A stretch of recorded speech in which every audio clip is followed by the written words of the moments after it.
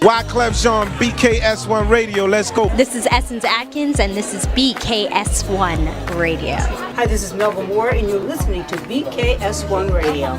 Yo, check it out. What's the deal? This the chef. Giving a big shout out to my peoples. Big KS, you already know what it is. Salute. What's up? It's your girl Monifa, and I'm hanging with BKS1 Radio. Hi, I'm Iyanla Van Zandt, and you're listening to BKS1 Radio.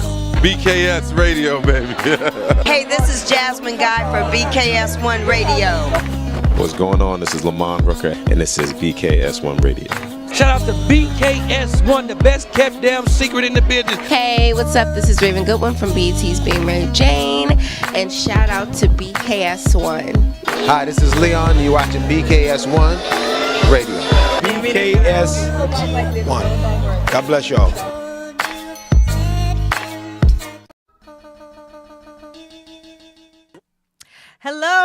Hello, and welcome. It is another Tuesday. I was about to break into a gospel song. What you about to say? I was about to say it's another day's journey, and I'm glad. That was the first thing that came to mind. Listen, it is another Tuesday. Isn't it a good one? Isn't it a good one?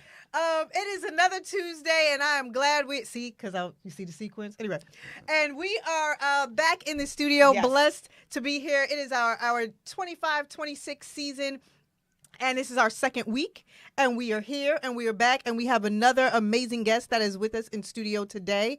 And so, Queen B, tell us about your day real quick. What's going on with you? Actually, I had a day off. Oh, look at you! Can I clap that up? Wait. Let's get an audience clap, because no, we can't, because the sound ain't on the claps. Oh, there you go. So I had a day off, which is good. So, but my days off are not really my days off because my DON always calls me about my patients. I'm sorry, what's DON for all of those that are not in the medical field? That's a what? Director of nursing. Oh, look at that. Okay, yes. Always calls me about something. So my day off is my day off. I wanted to actually get some extra sleep. I did not do that. I think I'll do that tomorrow. Good. Okay. They better be lucky if they see me the rest of the week. Do you have days? I do. I have a lot of days. So. Listen, take your days. Yeah.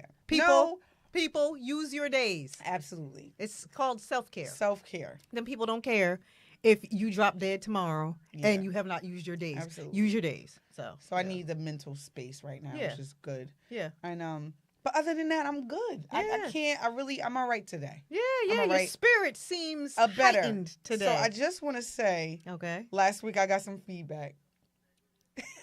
No, I did. I got some feedback.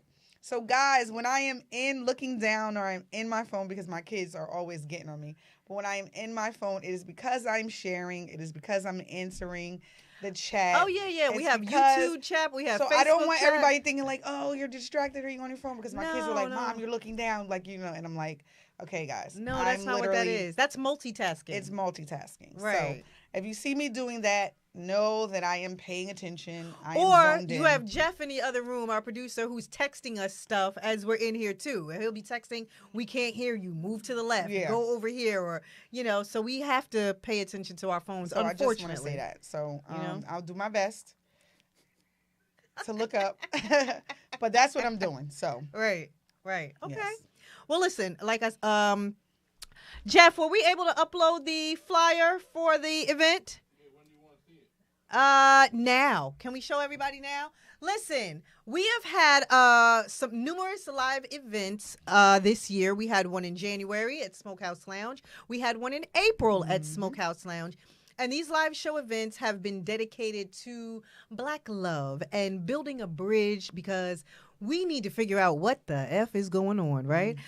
There's so much happening on social media. It seems like we are almost at a Mexican standoff with one another, and there is a breakdown, and we are trying to build a bridge. We're trying to bridge the gap in Black love, and we are going to continue to have these conversations, whether they are comfortable conversations for you or not, until we try to find some solutions. And even if we start here on a smaller scale and expand, the point is to have the conversation so that we can be a part of the solution, instead of a lot of these podcasts and shows out here that are a part of the problem. So we are trying to do the opposite. Either way, we're having another live event that's a part of the Queen City Film film festival Yes. because, yes, Plainfield has a film festival. Clap that up. Plainfield, Queen City has a film festival, and we are a part of it. So we are going to have a panel on Black love, and it's the focus will be on the entertainment industry. We have our relationship coach and author, Trevor Scott, who is going to be in the building with us at Plant Based Dispensary, which is downtown in the Arts Lofts. Beautiful space, and the gentlemen who were there are absolutely amazing as well. Super excited. We have the sounds of Storm Norm the General right here from BKS1 Radio, who is going to be in the building with us. And our special guest is Michelle and Tobias Truvillion. I'm going to clap them up. Once you see their faces, you're going to know they are actors and they have been in the entertainment industry for some time. And we are going to talk about Black love in the entertainment space since we are part of the film festival. So I feel like it's going to be a great discussion. You and I are not entertainers. You and I are creatives. However, there obviously are challenges when you are on camera and out front in certain spaces, especially with your partner, with your mate. So, you know, we're going to have that discussion. We're going to get to the bottom of some things, and hopefully we can help some people because that is the goal. So make sure you go to qcffnj.com and purchase your tickets for our panel. Our panel is Thursday night, October 16th at 7 p.m. And then you can also purchase your tickets for the rest of the film festival. There's a gala on October 17th.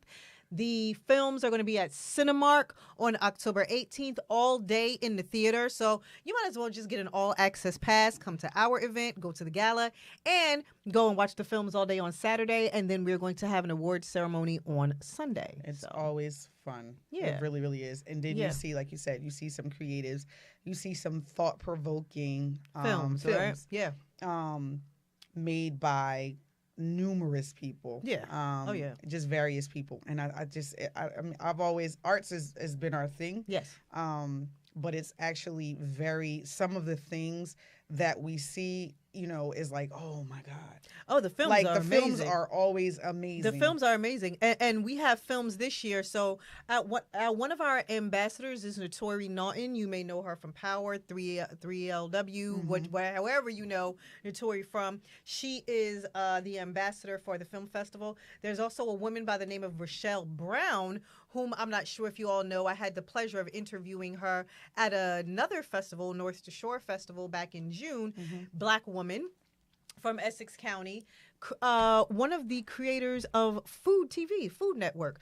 Emerald Lagasse, producer of All Emerald Show, that BAM that everybody did for years. That was a black woman behind that, everybody. But she is also an ambassador for the film festival. She's going to be there. And our very own Marcus Taylor. Everybody knows Marcus as Suge Knight from Straight Outta Compton. Yes. He is also receiving an award at the film festival, too. And there's countless others who will be there. So whose father was who was the mayor of right, this great city. So please make sure you go to qcffnj.com, purchase your tickets, and you can go to our panel as well as a number of other panels that you'll see on the website and enjoy yourself. It's going to be a great time this year. We are growing, we are expanding, and it's going to be a good time. So just make sure you come out. I wanted to say also that the beautiful city of Plainfield will also be doing the House Music Festival. Yes. This weekend, Saturday, and we will be there. Yes, it's always an amazing time. A lot of food trucks, just family. Always the end of the summer kind of hurrah. You know what I mean? And it's always an amazing time. It's always been an amazing time. Yeah. It's been an amazing time. So I want, shout out. We will be there in full force. Yeah. We will, be having fun and just celebrating and just saying goodbye to summer. It went by too fast. I don't feel like I did anything. And then when I look back, I'm like, well, I did go here and I did go there. But I'm like, do they count? But no, I think I worked a lot. I didn't do as much as I should have. But I'll make up for that. I worked on my home. So I worked, job work, and then it was home work. And then the summer was over. And then the summer was over. So, there's that. But, in the meantime, with our show here, coming back last week being our first week back, we have some great shows that are coming up for you this season. So really, honestly, you don't want to miss a week, because you miss a week, you're going to miss a lot. Yeah. And we have amazing guests that are coming in for, the duration of the season. But I want to get to tonight's guest. Me too. Because tonight's guest is a special one, and I'm gonna go. I'll go into why in a minute. But would you like to do the introduction? No, you want me to do the introduction? Yeah, okay. So I'm going to say author, educator. I'm going to say activist. Yes. I am going to say community leader. Someone who is inspiring. I say inspiration over motivation, because motivation is fleeting. Inspirational figure in our community and beyond. Right? Is that good? Yep. I think that's good. Okay. But in the meantime, help us welcome to the studio, everybody, Mr. Joel Plummer. I just want to say before you begin, right? So, and as I inboxed you and told you, I am always amazed that when we find a gem in Plainfield, right? Because we are from Plainfield, and we always say that great things come out of Plainfield. Absolutely. Contrary to what others believe, right? Absolutely. Good things come out of Plainfield. We all were educated there. And graduated from there, came back and gave back to Plainfield as well.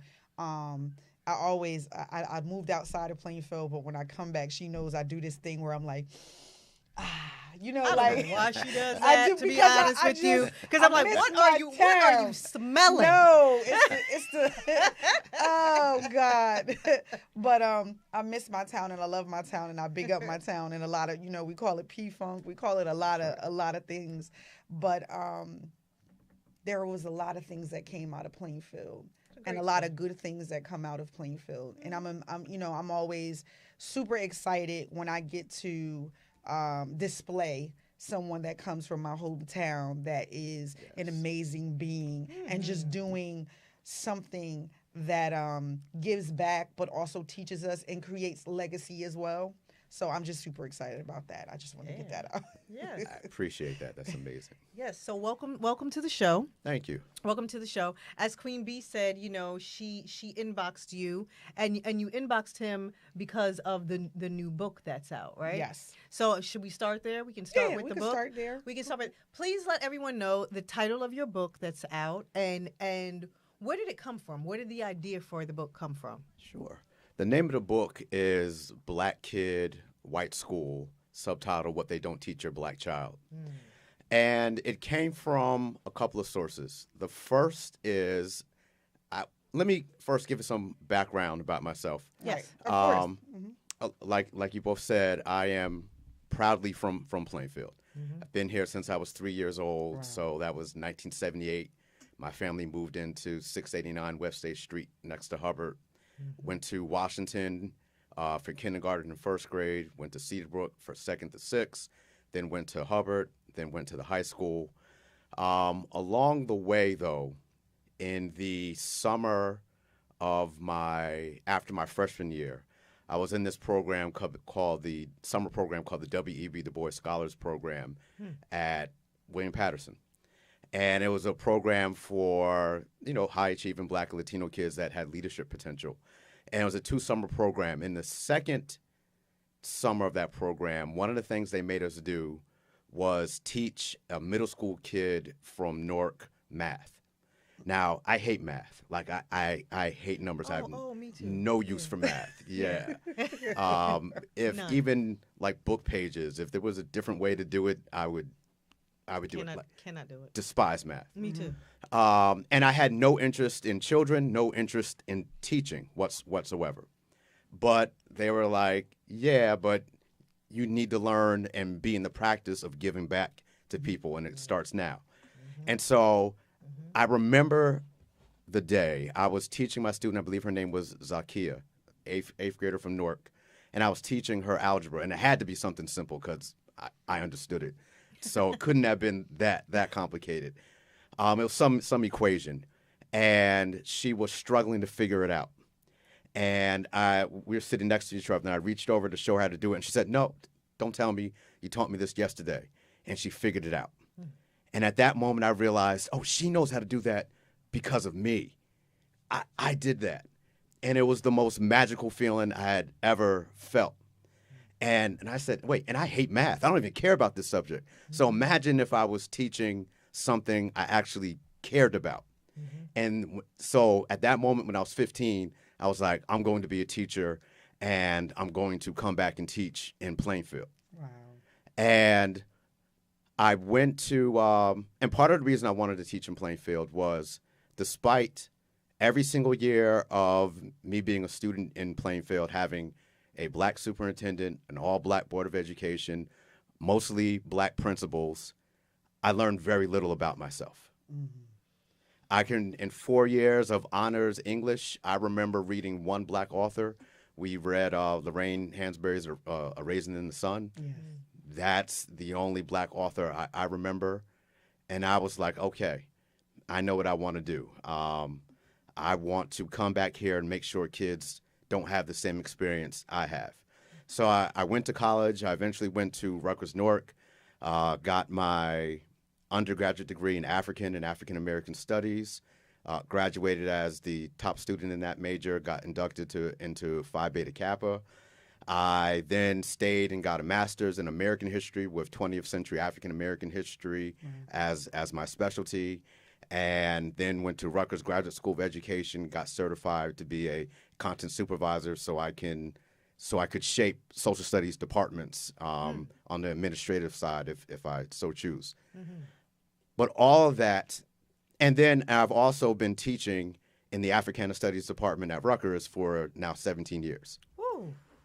But all of that, and that goes back to why I wrote the book, though, I'm talking to my kids one day, and there was something about Black history that was obvious that they should have known. I think it might have been Black Panther. I mentioned the Black Panthers, and they went straight to the Marvel cartoon comic. And I'm like, no, the Black Panthers. Yeah, and they're looking at me. No, the afros. Yeah. This. Like, right. Huey means nothing to you? And I'm thinking, okay, wait a minute. Like, even with my life's mission and all I've done, I've dropped the ball somewhere. There's gaps I have to fill. And I also realized, because I still, right, so I came back and did what I said. I've been teaching in Plainfield. I'm in my 27th year of public school teaching. Ooh, we're going to clap that up. Thank you.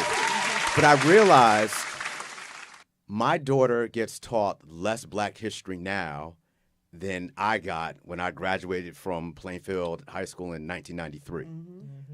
And so, I saw that there's a gap here. And at first I was like, all right, no problem. I have time. I'll teach her. But then I was like, well, what if I don't have time? What if I don't have tomorrow? I just turned 50 at the first of the month. And I was like, what if something happens to me? I have life insurance policy. We're okay financially. My wife will be able to have the house. But what am I bequeathing intellectually and psychologically to my kids? Better talk about it. Yeah, so I really went into. We say this all the time. Yeah, we talk did. about this Right, all the time. right. Yeah. Right. So I went into panic mode, and I was like, I have to get what I know out of me down on paper somewhere, so that if the unthinkable happens and I'm not around to teach my children, what is it about history that I would want them to know? So that was the first thing that got me going. So that was about 2 years ago, and I wrote this book. There's in the play Hamilton. There's a line where Alexander Hamilton's wife was saying, "You write like time is running out," but that's what I felt like for 2 years. Like I got to get this done. And I got that done. So the first motivation was my own children. Secondly, though, at Rutgers in the summer, I would sometimes work with this program called the Paul Robeson Scholars Institute. I know them as well, yeah. And what their program is a little bit different because they're for first generation students that aren't necessarily poor. So a lot of those kids were Black and Latino kids that grew up in the suburbs as the only Black, the only Latino. And I taught them for a little while, and they were so grateful and appreciative of the information. And they felt like I validated all of the stuff they had been feeling but couldn't get out. All the times they thought, that sounded racist. And I was able to say, yeah, that was racist. It was. And they're like, so it was okay for me to be upset? Yeah, you should have been upset. But they needed someone to stamp them to be like, no, you were seeing that correctly. Yeah. So I thought about those kids. And then, because the title was called Black Kid, White School, but in the introduction, I make it clear, when I say white school, I don't just mean the Black kid that's in a school that has a majority white population. I would argue that almost every Black kid in America goes to a white school, because even if the population is Black, the curriculum is white. It's still not being taught. It's not being taught, especially, look at what's going on in Florida. Now it's outlawed. You can't teach it, anything. And they're trying to erase any history of ours. Again, it's illegal. You lose funding if you're teaching it down there. Yes. It's illegal. Have we really thought about the ramifications of this? I don't think so. Okay. Well. My thing is, with just to piggyback off of what you said. So my kids, I won't shout at the school out but my kids, the little ones, go to a school. And I always ask, what are you guys doing for Black History Month? Now, first of all, they teach nothing throughout the year about. My kids will bring homework home. It'll be about Greek. Your kids are they the only minorities in the school? Pretty much. Okay. Pretty much. The only minorities in the school. Yeah. And there's a lot of times, and it's funny, we had this conversation today because they knew I was going to see you, but they were like, I'm basically, most of the time, I'm the only Black kid in my class, right? And I realized that my children, like you said, were not knowing the just normal things that we just knew. Just this stuff that we just knew,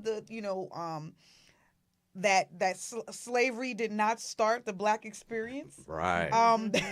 That just like we lived as kings and queens, like they really did not know. They really thought that, that is what started. And it's just like, no, like we lived before this. Yes.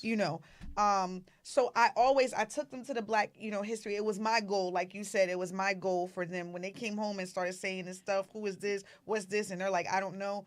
Took them to the Black History Museum. When they didn't know who Emmett Till was, I almost like died. Right. But it's just certain things. And I'm upset with both of my kids, the older ones, joined a group, one of the groups at their school, and it is a Black experience type of group, and they have a thing every time in February, and not a lot of people show up all the time. They kind of do, but they have food and whatever, and I feel like, I'm gonna be honest with you, Mr. Plummer, is watered down. It's not even the experience. Yes, you get some dancers to come and you get some, you know what I mean? Yep. It's not teaching what we really need. It's not authentic. It's not. And they're checking a box. That's what it feels like. Yeah. Yep. So I'm just like, I am just annoyed at the fact that like I was so eager and we learned so much growing up, because who did we have in Plainfield? Everybody, I feel like, and we had a huge. Wasn't Mr. Rob? Mr. Rob. Yeah, Mr. Rob. That's who I wanted to become. The staple piece in our whole school, not just him, but I'm just saying, like, he was our experience. He was our, like, let me teach you this, that, and the other. And we had amazing things where we did African American studies, and we learned just. I even went to, when I was little and I went to Clinton, I actually went to an African American, and I saw this man not too long ago, who taught us about Africa, who taught us about after school program at Clinton, and they taught us about what we were prior to slavery.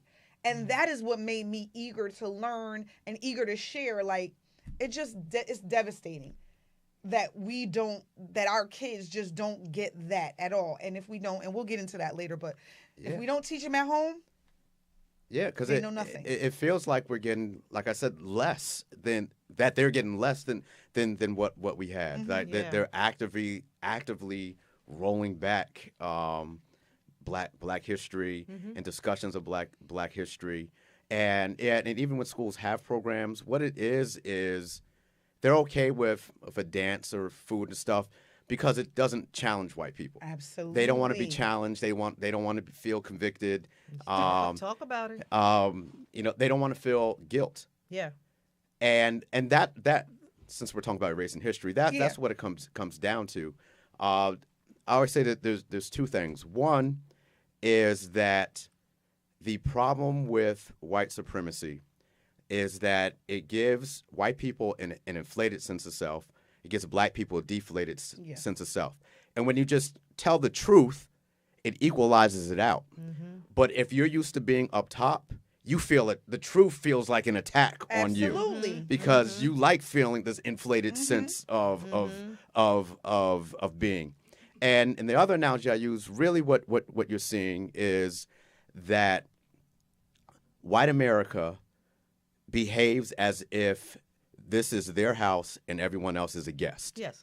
And that's why you can complain a little bit, right? Is if someone's a guest in your house, they can ask you maybe for another blanket. They can maybe ask you to adjust the temperature maybe. But they start saying, I want to knock down this wall and expand I don't want to walk on all this these glass shreds that are on the floor in your house. And it's like, how dare you? But that's the thing, how right? How dare you not want to get hurt? If you start pushing back, it's like, you're grateful. You should be grateful just to be here. And I've heard that before. And if you don't like it, you can get out. I've heard that before. Yeah, of course. I've heard you hear. Do you hear the people go back to Africa? You hear to go back to Africa, but you also hear that was years ago. Like you weren't even here for slavery. No, actually, our great grandparents were. Like the systematic psychological, that whole Jim Crow thing remnants. That wasn't a long time ago. No. To speak to that, one of the things I have in the book is I have a timeline, and it shows that for the longest portion of American history, America was a slave-owning country. Yes. So from 1619, the founding of the Jamestown colony, to 1865, that's the longest portion of American history. We're a slave country. Mm-hmm. Then, for nearly 100 years after that, we have the Jim Crow era, and I always point out to my students that slavery was horrific, and it's like 100 times worse than what you see in movies and what you normally know. But if Black people, after the 13th Amendment in December of 1865, right, not Juneteenth, Juneteenth does not actually mark the end of slavery. No, not at all. That too. If white people had just left us alone, we'd be in an amazing place. Mm-hmm. But it wasn't enough. No. Slavery couldn't be instituted anymore, so they institute this Jim Crow system for nearly 100 years. And what I point out to my students, you have to remember that this era, it wasn't just white people being mean or having just unfair customs. It was law. Mm-hmm. It's the codification of racism. It was criminal not to be racist towards Black people. Mm-hmm. I want a white kid to come to my school. No, that's a crime. Mm-hmm. I mean a Black kid to come into my school. I want a Black kid to come into my church. That's a crime. Mm-hmm. I want a Black kid to come to my restaurant. That's a crime. Mm-hmm. It was a crime for my grandmother in La Plata, Maryland, outside of D.C., to walk on the same street as a white person. Yeah. It was a crime, not just a custom frowned upon. A state assembly person wrote a bill, took it to the floor, and they voted on it. It was a crime for her to look white people directly in the eyes. Mm-hmm. Right? It's law. Mm-hmm. They built racism into the law. And that's a 100-year period, and then enforced it with crazy violence from the legal system and just from regular citizens. Right? It's the codification. It's the law. But what gets me is the fact that you did all that, right? You want us to forget that, right? But you did all that. But then that wasn't enough. you also do the preventing us from getting loans. And you know, because there were a lot of lawsuits, Bank of America and all that, the discrimination that is, you know, occurs still. Absolutely. Still, not just, and I'm saying, I'm giving one example, but I'm just saying that it's not enough for you to do all of that. That you still housing. There's discrimination in housing. There's discrimination. It's funny because you guys have this literally, I heard this. You guys have access now. Access to what? Because Ruby Bridges is still alive. You know that, right? Shout out to the Actively Black team and their fashion show. Did you see the fashion show this week? Yes, I did. When they had Ruby Bridges and they had Bernice King, they had Malcolm X's daughter walk. They had all the, you know, the gentleman who drank from the fountain and took the iconic picture. Yes. The thing with me is that she's still alive. You didn't let her go to school. She's not old. But that's where I was getting. If you have the 100 years of Jim Crow, then you still have the years after that. 1954, you have the Brown versus Board of Education decision. In segregation legally, white people refused to follow their own laws. That's why Dr. Martin Luther King came into existence, not to actually make new laws come on the books, just to get white people to follow their own laws. Because you got to remember, every civil rights law isn't for black people, it's for white people. Black people already knew that they were human. Black people already knew that they should have the freedom to move wherever they want, to live wherever they want, to have access to whatever they want, to not be hung and burned alive by their neighbors. We knew that already. White people needed it written down on paper to be like, oh, I didn't know I couldn't do that. Let me just and so that goes on for another 50 years or so. And if we get to 1968, that's the last major civil rights legislation. From 1968 to now, that's how long black people have been humans on paper. So just on paper, and practice is different. But I always show when I do presentations, to bring this home, if you look at my father's family tree, he can trace his family back to 1820s to I think North Carolina, to Ben Plummer, 1829 or so, which means Ben had parents. So I know my family's been here since the early 1800s, late 1700s. If you go through my whole family tree, I'm the first person in my family, first generation in my family, to be born with full rights. First, from the 1700s to now, I'm the first generation to be born as a full human in America. My kids are only the second generation. And so are we. We're first generation. But people don't know because that, though. our parents were not. Yeah. So we are the first generation. Yeah. And so people are like, why can't black people get it together? Why aren't black neighborhoods like this? Why aren't they that? It just happened. So it speaks to what you were saying, that this isn't ancient history. This is yesterday. Yeah. This is just happened. And that's why it's so important for us. That's why what you do is so important, because they're trying to erase history, and what you do, teaching our history, making sure our young people know exactly what's going on. Not even our young people. We have peers that still don't know what has happened, what's going on, or what reality is. I just want to say that as a young black man, my son, you were my son's history teacher in high school. You were his favorite teacher. And I told him I was going to say this. This was a young man that was never interested in academia whatsoever until he had your class. And even when I was coming here to do the interview today, he was like, "You're interviewing my favorite teacher." And there was... And I'm going to be very honest with you. Ethan, did you do your homework? I don't know, maybe. Yeah, I don't know. You know, it was just kind of like whatever. But when we would talk about your class and his interest in history, his interest in who we are as a people, you sparked something in him. And that is why, you are so important. That's why educators are so important. Yep. That's why black male educators are so important, especially with the numbers of, what happens to our black male students in the educational system. And for him to, right. And so for him to see you and to look up to you and to be inspired to want to do something, to want to learn, to go off to college, to graduate, to do all the things that he does. That's something that you did. That is something that you imparted into him. So I just want to thank you for that.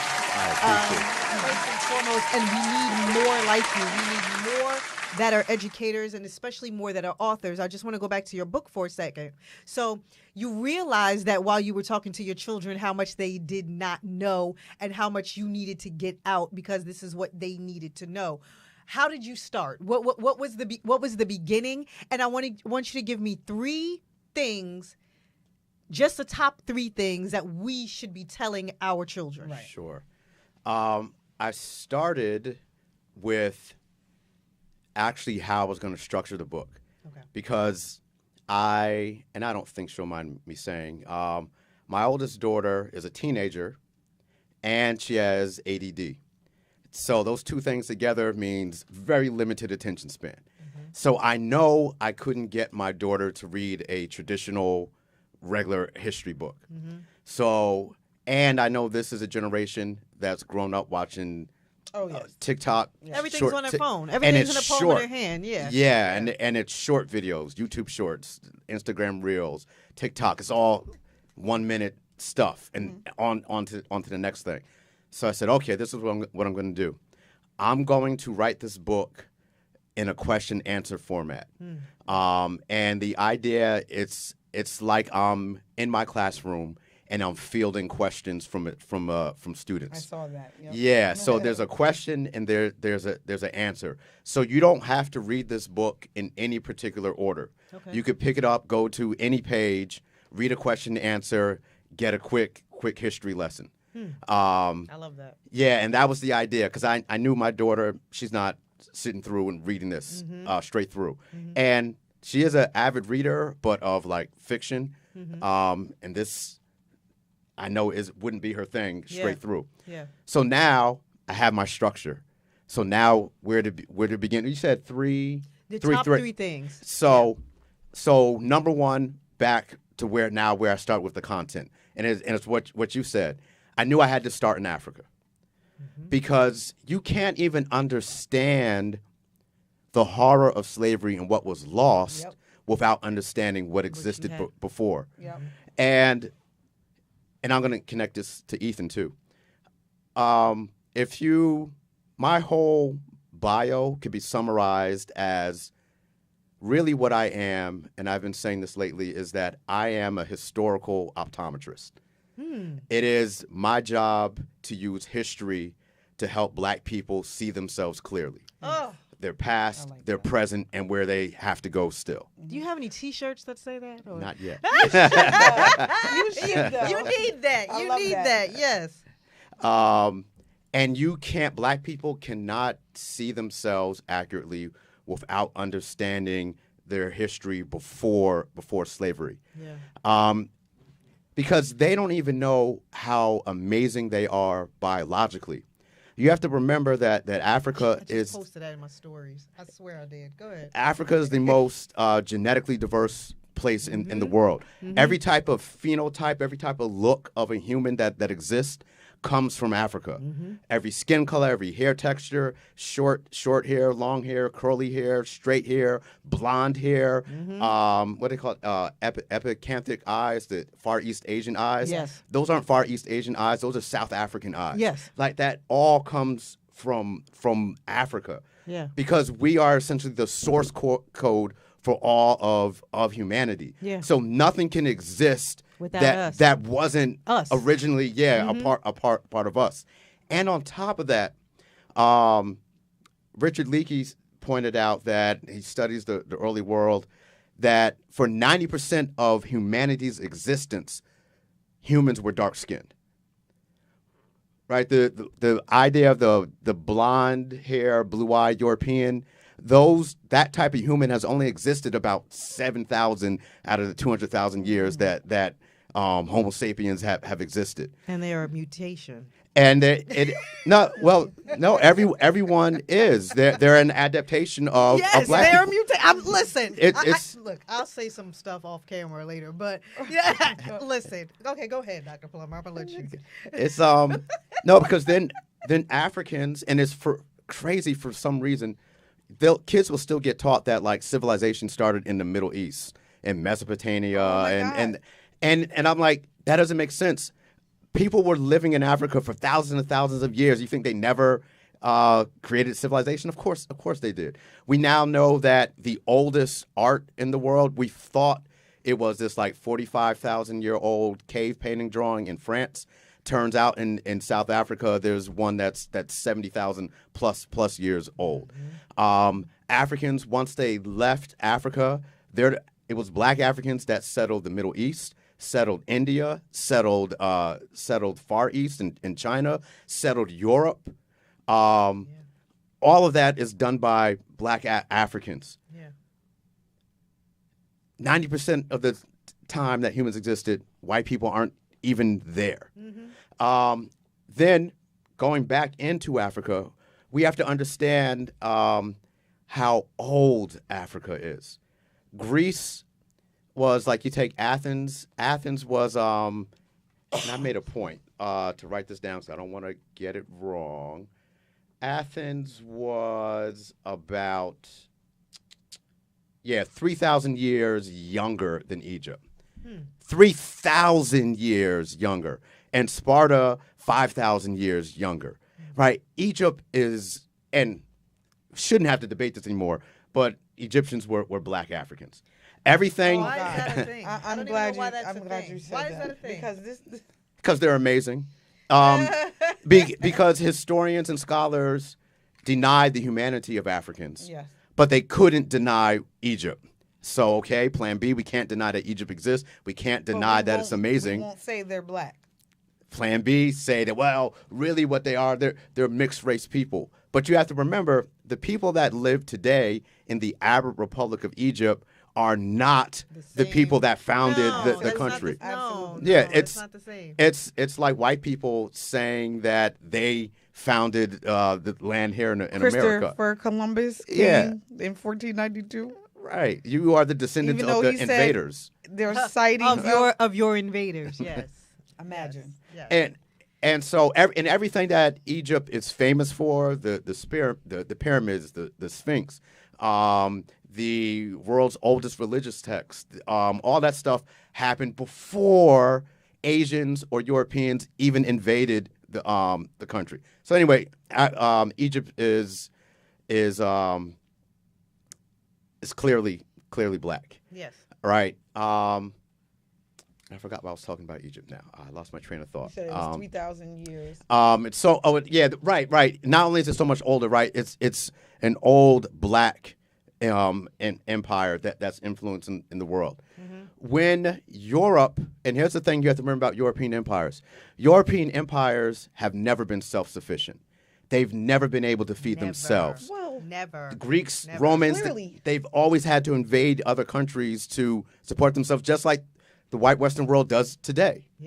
And so there's this myth that kids often grow up with Africa as this backwards place. And if you look at like shows and cartoons that will show old time England with the castle and the princess and stuff, what you have to remember about medieval Europe compared to Africa is that those people almost never bathed. They were savages. They were, they're so far They were behind. savages. They hadn't yet. And do you know how many people still love the old world ways because bathing takes away the natural oils of your skin? Yeah. I mean, you had plagues because people didn't wash their hands. COVID, really? Yeah. So what my point is not much has changed, but I digress. I mean, yeah. I digress. I'd like to read you a description of what Europe was like. Yes. And then I'll compare it to what Africa was like at the same time. Go right ahead. So look, here is medieval Europe. I say modern people would find medieval Europe a very difficult place to live.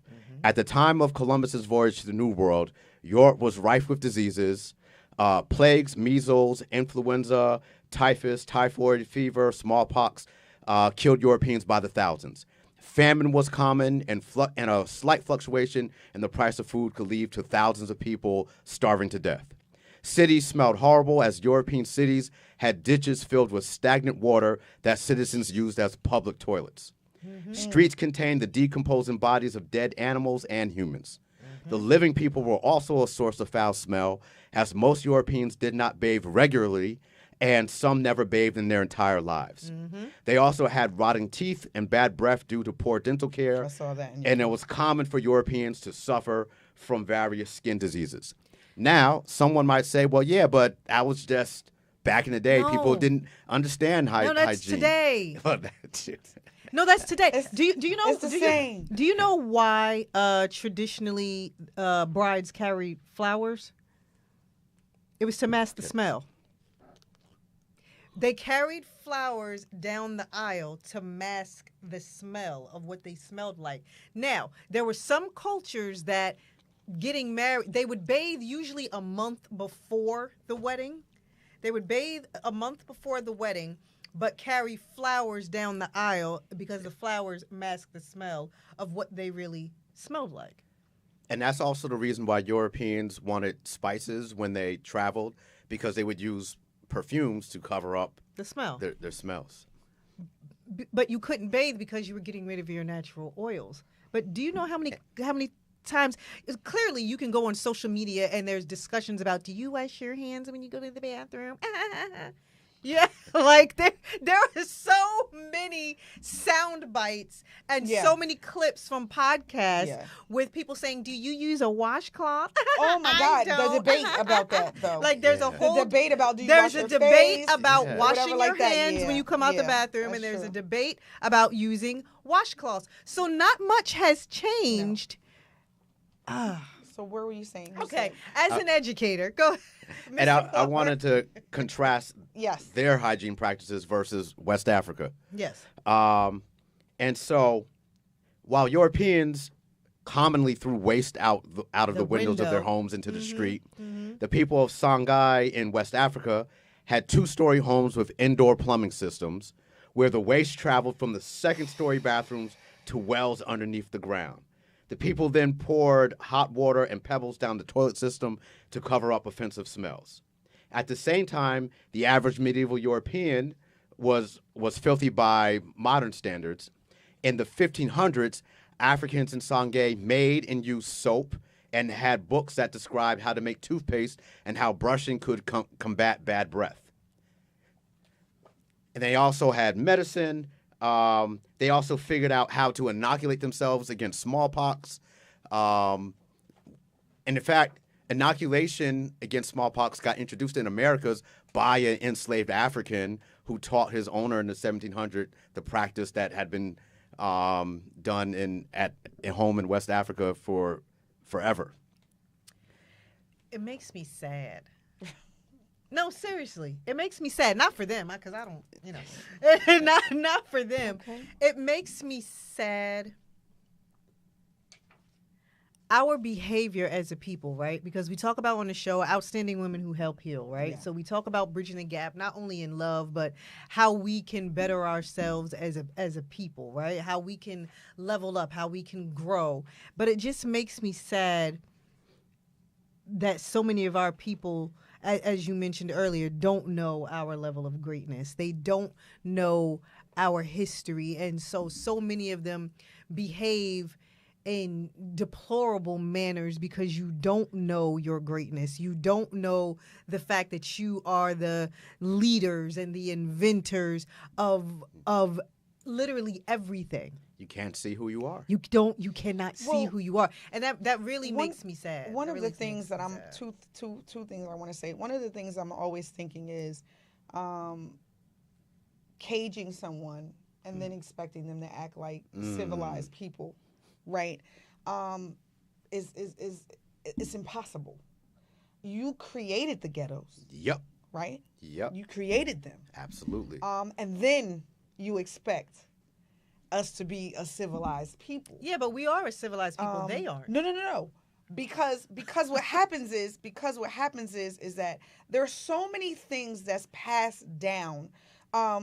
The beating, and I'll say beating or whoopings or whatever from with our children, that is handed down from who? The slave owner. you getting in trouble in that way. And it's handed down. What's crazy is, I'll say, from generation to generation to generation. It really is. There's so many things. I always get on everybody about, and I know like a lot of people eat pork. But shots fired. A lot of people eat pork. I love but bacon. My thing is, I always say, we don't got to eat like that no more. Because what happens is that we got the scraps. We got all of this. If my bacon is sprinkled over the salad, it don't count. So my thing is that there's so many things that they actually wove into our being, or our culture, right? You whitewash. No, it. we don't. Let's No, just we be don't. We real. don't have to have the slave diet anymore. No, you're right. not that. But there's so many other things that they input into us too. My kids, it's funny because to hear you speak, you're very much like me, and I know my kids are gonna watch, and I'm cracking up because, my kids be like, Mom, they be like, Mom, you're too, and it's like, no, you didn't grow up how I grew up. And I have an internal radar about people that do say racist things and the microaggressions and all of that stuff, because let me tell you about me. I grew up Plainfield and South Plainfield. Okay. So there was part of my life that grew up in South Plainfield. And I will say this, there's a lot of things. I learned my Black history when I came in 10th grade to Plainfield. Not in South Plainfield. I knew nothing. And I'm going to be honest with you. My view, and it's so funny you say this, my view was quite different. We had computers and things there. We weren't putting things on dittos and things like that. Okay. So my view was completely different. When I came to Plainfield, I was like, we don't get books? Like, you know what I mean? Like, and we're far, we're better now. But I'm just saying, we graduated in 97. So I was like, we don't, like, we got one typewriter? Where are we going to do our college?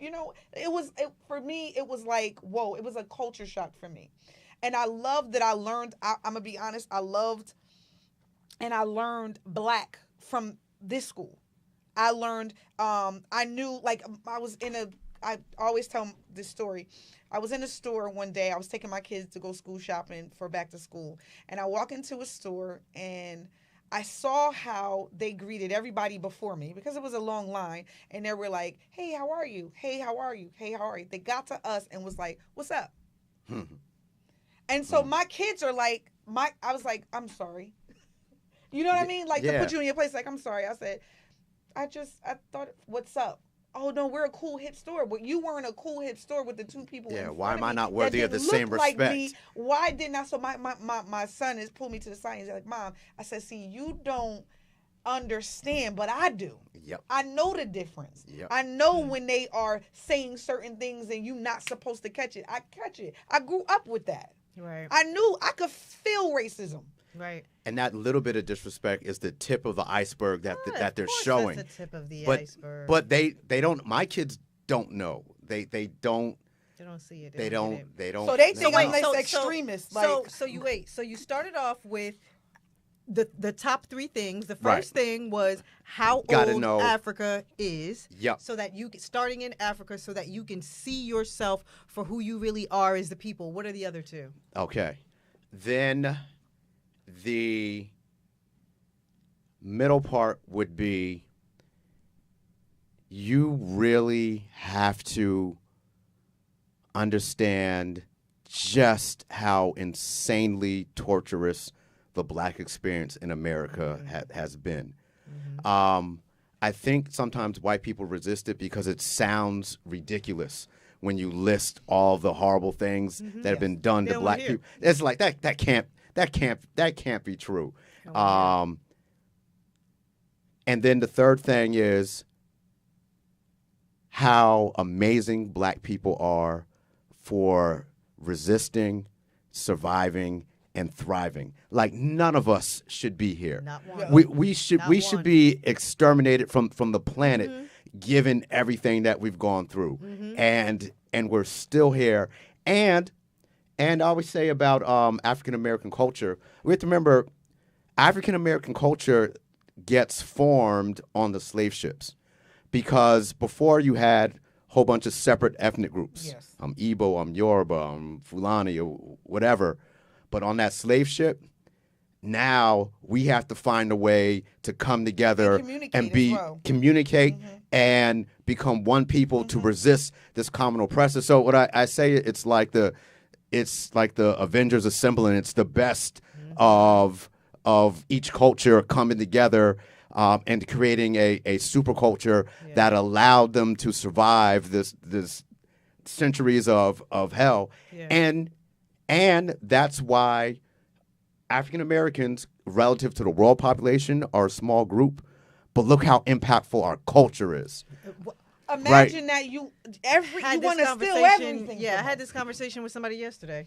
I was saying, I'm gonna be honest. Growing up for me, I what say you to this?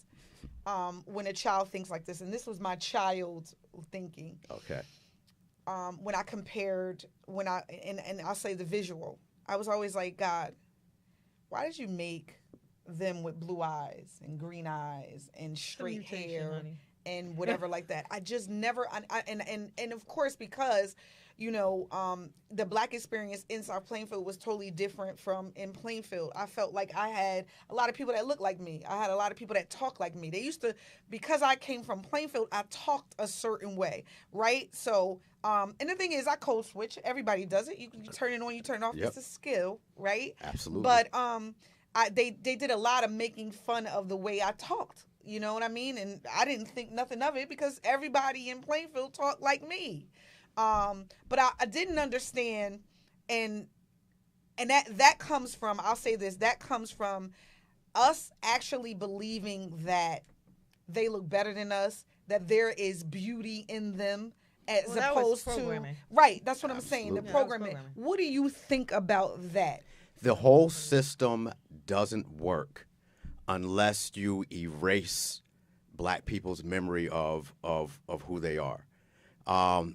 The whole system is contingent on that, on erasing your true identity and replacing it with what they want you to be. Okay. In my classes, I usually start them. The first major activity I do, I say, hey, what if it's a classroom full of kids? I say, what if someone's paying me $10,000 a minute to keep each of you that I keep in this room?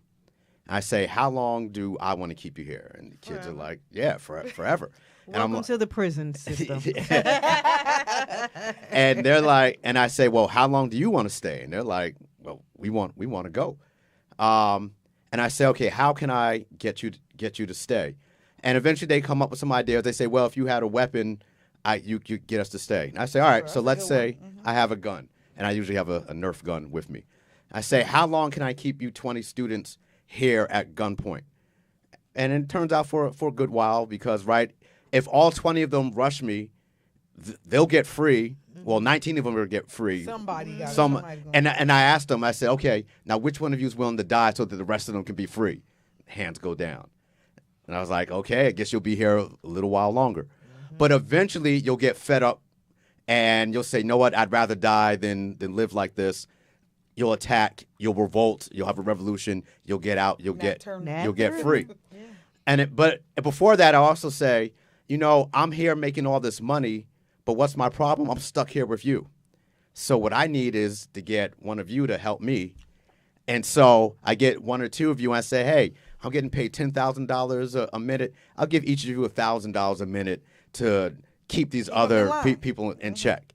And they take the deal. I get to go free. But eventually, people revolt, it gets overthrown. So I say to them, all right, so how can I do this, keep you here forever, and not have to use any violence? And eventually what we come to is, if I get them to believe two things.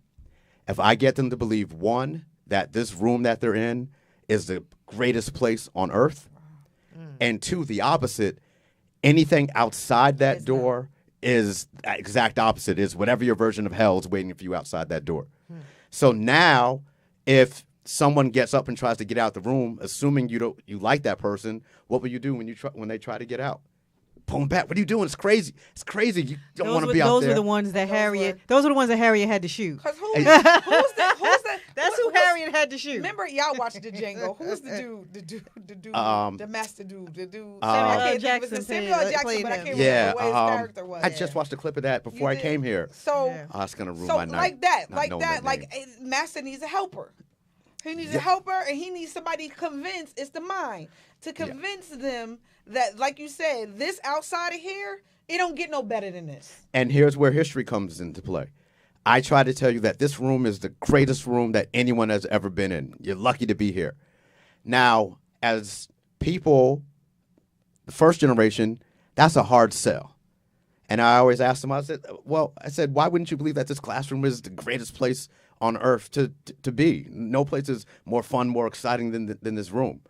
And they say, well, no, because I've been to other places. I've been to Disney World. I've been to my bed this morning. What happens when you're born in that classroom? But see, that's the thing, and right? You don't know anything else. Yeah. But the second generation that doesn't know any better, they're easy to convince. And I ask them, I say, well, what's the difference between this first generation in this room and the second generation? And they say, well, we remember being in different places and that we're better than this. And I say, what's the name for that? And eventually they say, well, the past experiences. And I'm like, yeah, what's the other name for that? And eventually they say, history. Because I know my own history, I know that I had more fun on my cruise this past summer than in this room. Because I have an accurate perception of my own history, I know that Mr. Plummer's lying to me right now in the present. But if I don't have an accurate perception of my history, I can't see the lie. I can't see the lie. I can't see the insult. Yeah. I also can't see when someone's my friend or someone's my enemy. When you have black people from different parts of the world fighting with each other, Nigerians fighting with Ghanaians fighting with Americans, Americans black finally people on the east end of Plainfield and the west end of Plainfield fighting with each other. You can't see correctly because you can't see, oh, that's my family member. Yes. That's my friend. And this white person that I'm kissing up to actually is my enemy. This white person, this white supremacist Charlie Kirk that I'm defending online is my enemy. I watched the clip, so my kids, for whatever reason, we were watching, and I saw. Makes me itch. I don't like him. I don't like him at all. Makes me itch. And I don't even watch him like that. But they had it on last night. It was some clips on last night from things he was saying. So it was a black gentleman up there trying to prove to him that we don't have the same access. So he's like, define access. So the little boy is saying, he's like, but we pay y'all tuition. That got me. He was like, you mean to tell me? The little black boy is like, you mean to tell me you pay my tuition? You don't pay my tuition, right? So he's going back and forth, and he's trying to explain that. And I was like, he doesn't understand. He understands, but why his thinking is the way he is, whatever. He was saying that, well, y'all in the schools now, y'all are you in the schools now, but half of us can't even pay the tuition. We're in the schools now, but most of them move in to move out because most of our parents could not pay for tuition. Mm-hmm. Yep. So that's the part. And then he's like, and the little boy, he was actually from Chicago, and he was like, he was trying to say, oh, this is the worst part of Chicago. He was like, you've never been. You've never been. So how can you even say that? Actually, I live in a better part of Chicago. He brought statistics that little boy liked to have. He was like, statistics made by you? Like, he was like, and this is the thing that I thought it was great for my kids to see how someone thinks, right? Because there's more of him, right? There's more of him making laws. There's more of him in the school system. There's more of him everywhere. So my thing is that I need them to see the mentality because it exists everywhere. Yeah. It's not far from you. Yeah. It's somebody that looks at you and sees you and says, you don't belong here. Well, that's the conversation that, unfortunately, as black people, you have to have with your children very early on. The world doesn't like you. And I raised two black boys, and that was one of the first lessons. It was mommy and daddy love you, but the world does not like you. You're going to go places and people are going to say mean things. People are not going to be nice. You're going to notice it. You're going to feel some kind of way. And that was one of our first lessons. Well, especially when my boys were younger. We lived in Pennsylvania and we were the only black family out there. And we used to get newsletters from the Klan. So I really had to, and this is in the 2000s. Right. So I really had to instill in my children, the world doesn't like you. And, just a really quick story because I know we have to end because we're over. My older son, Edward, was in the school. You know this story. He went to a school in Pennsylvania, and we were the only black family in the town. And a little boy pushed him at the water fountain. A little boy that lived in a trailer park. We didn't live in a trailer park, but the trailer park was a few miles down. We actually, whatever. So little boy pushed my son at the water fountain and said, I wish they had rules for brown people that they used to have. Now, how a third grader knows anything about that, but, your parents live in a trailer park in Pennsylvania. They know all about and we were the only black town. And so the school called me, and they were so hesitant and speaking to me, and the principal was stuttering and trying to tell me. And his teacher, his third grade teacher, white woman, his third grade teacher called me after the principal called me and said, I'm just letting you know the only reason why the principal is telling you is because I threatened to tell you first. And do you know why? Because this white teacher grew up on Kenyon Avenue and went to Plainfield High School. And so she was like, I grew up in Plainfield. Now, we are in this small town, and yes, y'all are the only black family. And I said, you lived in Plainfield, New Jersey? And she was like, yeah. She said, I grew up on Kenyon. I said, we live on Parkside. And she was like, oh, well, we were neighbors. And so she was an ally. Mm-hmm. She was an ally, and she was the only reason why I knew what was even happening to my son in the school. But that's the importance of knowing your history, and it's the importance of explaining to your children the history so they're not going out into the world uninformed with everything that goes on around them, so that they can clock things as it's happening to them, right? So that they know, and can learn from it. I want to know really quickly, and because again, it's 8:07. Your book. Everybody wants to know we got to know where to get your book. But just one of the last questions of the evening, because I personally understand racism, right? I get it. I get racism. I get bigotry. I completely understand when you are of a lesser race, and so you're like, how do I psychologically make them think that they are when we really are? And I get the fear. I get the fear of I'm not equipped. I don't have it to do what they do. So how do I make sure I get on top and stay on top so that I'm A, not extinct, B, I'm not proven to be what I really, the savage that I really am. So I get racism all day. Families don't intertwine. Yeah, I get racism and bigotry all day, but I want to know your thoughts on racism and bigotry, historically speaking. Sure. So I always like to point out to my students that there's a huge difference between someone yelling white power and someone yelling black power. Because the only reason why the concept of whiteness got created was to deny everyone else full access to resources, full access to life. Mm-hmm. That's the only reason. There was no such thing as whiteness. Mm-hmm. You were Italian, you were Polish, you were English, you were Irish, you were Welsh, whatever. Whiteness got created when white people saw a couple of incidents of poor white people, poor black people getting together and fighting against rich white people. Okay. Mm-hmm. And so rich white people said, okay, we can't have that, particularly down in Virginia. They said, so here's what we're going to do. Here, poor white people.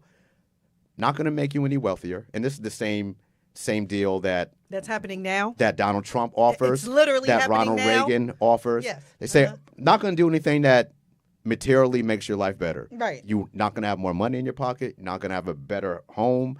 Your college isn't going to be cheaper. But here's what I am going to do for you. I'm going to put you on Team White. And I'm going to remind you that you're part of my team, this winning white team. And the only reason that you're not up on my level yet is because these darkies are messing things up. And the only way for us to survive is for us to stay together against this dark horde that's pushing back against us. Because it's illogical. Racism's always been against white people's best interest, right? During slavery hurt white workers. These enslaved people are taking all the work, the job, but they didn't care.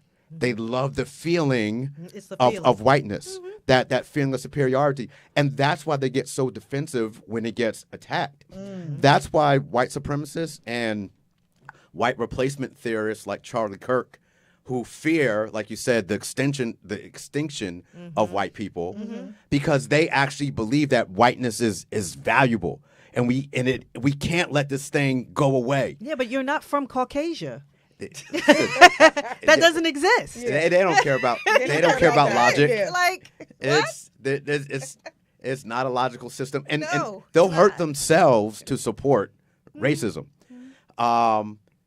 But they fear losing this magical whiteness, and anything that's a threat to that, interracial marriage, can't have that. You're diluting. No, it's not our fault. You have recessive genes. It's not our fault. You have recessive genes. And these white replacement theorists are very very much aware of that.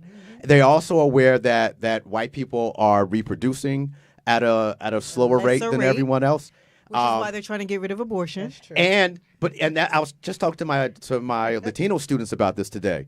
I said, hey, you got to understand, this immigration thing, they don't care what your paperwork says. This isn't a paperwork issue. They don't care that you're documented or undocumented. They don't want you, period, because you are the fastest growing group. Yes. And white people are, on average, are the oldest racial group in America. Latinos are the youngest. But do you see what they do when they come over here? The Latinos, the Latinos, I'll give you an example. When they come over, they group together. They build themselves. They build their houses. They build their businesses. They can't have that. They can't have that. And by the way, one of the reasons they can do that is because they know who they are. That's true. And that allows them to understand, oh, that's my ally. That's true. That's my ally. Well, they're only being attacked now because, we did the same thing outside of slavery. Yeah. And then you had Tulsa, and then you had Seneca Village, and then you had Rosewood. Well, that's the part. It's the numbers thing. Yeah. Once you become the largest minority group, You're a target. You're the target. Because you're the biggest threat Have to get rid of you. to pure whiteness. Yep. And so wow.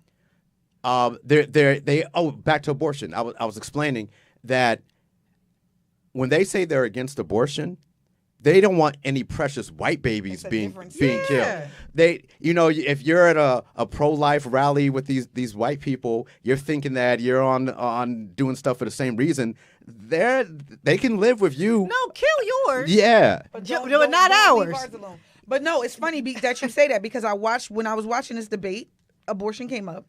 And he was he threw all these Bible scriptures out, the Christianity and everything, hid behind all of that. So this girl asked him, he said, so your daughter, he was like, if you had a daughter that's 10, he was like, mighty funny, my daughter's 10. He was like, if you had a daughter that was 10 and she was raped by someone, would you expect her to have the baby? Yes, he said, yes, because I think you do something out of if something bad happens, you do something, follow it up with love. The girl was like, what? By the end of the thing, the girl was like, I hope the daughter get away from you with your thoughts. And it's because my thing is, she was like, how can you say anything about her body? It's not your choice. And then he was like, well, they would love the child. She was like, your daughter would not love the child. Well, the fact of the matter is she would not love the child.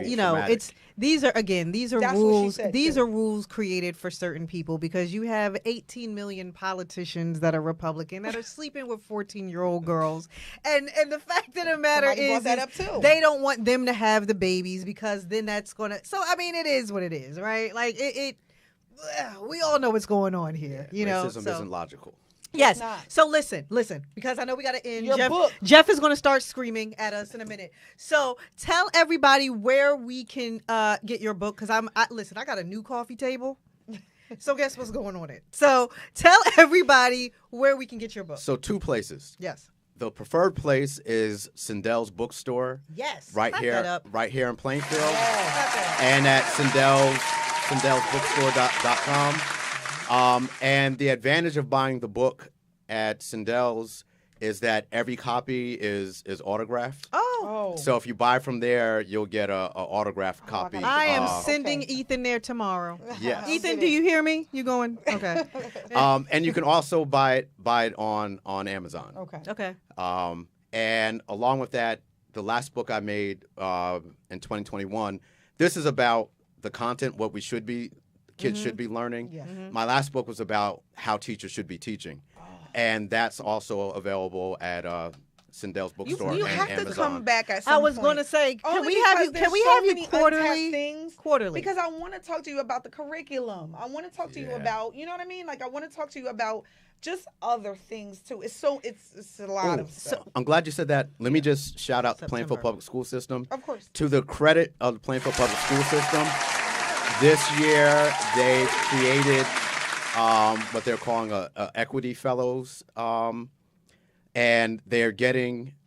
You had to apply for it. They applied teachers and administrators to get a group of us to professionally study our curriculum and go through it level by level and find the places that we're lacking the gaps, the gaps that we're talking about. Okay. So and it's not just a checkbox type thing. Okay. It's like serious. And you get to kind of give feedback, serious work. I guess. We get to be the vanguard of the evaluation of where we are. Nice. And actually, we have our first meeting this Thursday, all day Thursday.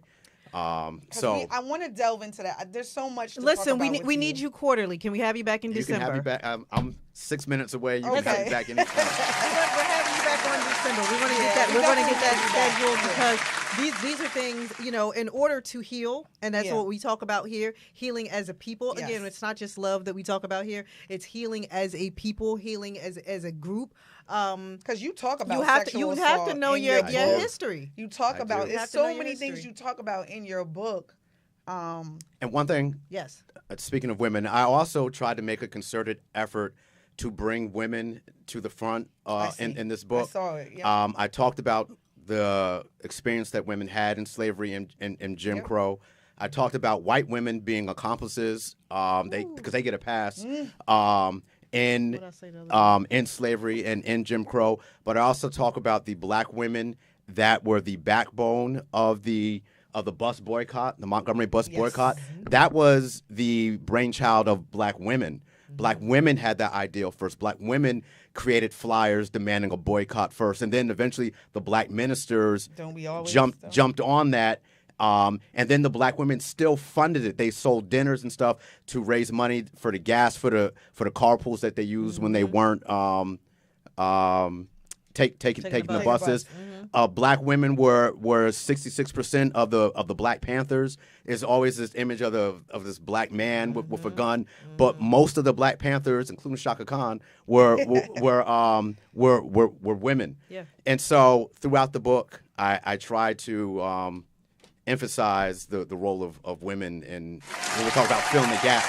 Black women too often get ignored. Can we talk about that? I want to talk about that in December. Also, but he talks about we got in the show. But I just want to tell him that he talks about, because nobody really talks about this, but Joan Chesmar.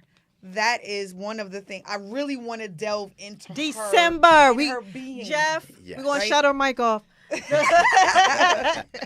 No, seriously, go ahead. No, I want to delve into her a little bit more because a lot of people don't. And the bounty of her head and all that, on her head and all that other stuff. And my goal is always not my goal, but my I would love for her just to die on a different soil. Like I can't wait till the day that they say she is no more. Not rushing her life, right? But I don't want her caught. You to understand ever. what I'm saying? Absolutely. Yeah, no, so that's the part that I Absolutely not. I get it. Listen, it was a great show. Thank you so much for coming in tonight. This is Truly what we amazing. need. These are conversations that we need to have. Healing is a journey, and we thank you for coming along on the journey with us and being a part of it with us. And hopefully you helped someone else today. You helped our children. Yep. So hopefully those that were watching. I'm sorry, there were so many comments tonight that we could not read, that we were just not able to get to between Facebook and YouTube. I'm sorry, everybody. It was such a good conversation, and there was so much that we were getting, and there were so many jewels that we were getting that we were not able to read your comments this evening. But thank you guys for watching and listening and putting your comments in. And so, but we are going to have him back. And make sure you go to Sindell's bookstore to purchase the book from there. That is that's a black-owned bookstore, so go there. Amazon got enough money. Go right. Go to Sindell's. She's been on the show too, and make sure you buy your book from there. I am going to get mine tomorrow. Thank you so much for everything tonight. Thank you for sharing your children with me. Yes. And thank you for sharing your platform. Thank you so much. And if for some reason you want more of me, you can follow me online at Professor Plummer, Prof Plummer, ProfPlummer on Instagram, or Joel Plummer on Facebook. Thank you so much. Love it. Thank you. All right, Jeff, we're about to stop for the evening. I know we're over. For everybody that watched, we love you guys. Thank you for watching. Thank you for listening. We're going to be coming to you every week with great shows, amazing conversations, and interviews, right? Yes. Okay. All right. God willing, we will be back here next week. Same time, same place, different show. More healing. Yes. More healing. Yes. All right. Take us away, Jeff. Thank you, guys. everybody. Love you guys. Make sure you get your tickets for October 16th. Bye, everybody. See you at the House Music Festival. Yes, on Saturday. This weekend.